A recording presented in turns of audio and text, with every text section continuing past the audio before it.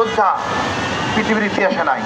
নিরস্ত্র যোদ্ধারা এই হেলিকপ্টার সহ বহু বড় বড় সমরযানের বিরুদ্ধে যুদ্ধ করছে, আর এই যুদ্ধে ভয়ে হাসিনা পলায় গেছে।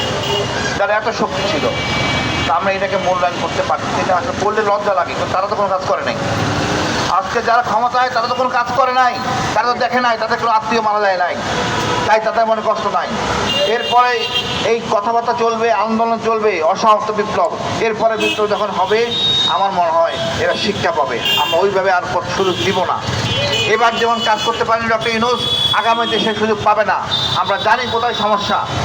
আমরা স্বাধীনতার কথা বলি যে 47-এর আগে থেকে, কিন্তু মূল স্বাধীনতা আসে নাই। কারণ স্বাধীনতার নাম দিয়ে ব্রিটিশকে তাড়াইছি, মানে সাদা চামড়া তাড়াইছি, আইন পরিবর্তন করি নাই। এই আইন পরিবর্তন না করলে আমরা স্বাধীনতার মুক্ত হব না। যার জন্য জুলাই সনদ, এই সরকার জুলাই সনদকে ভুলে গেছে, কিনে বিনে কথা বলতেছে। আমাদের হয়তো আরও কঠিন হইতে হবে, রাজপথ আবার রক্তাক্ত হবে, কিন্তু এনারা কেউ পার পাবেন না ইনশাআল্লাহ।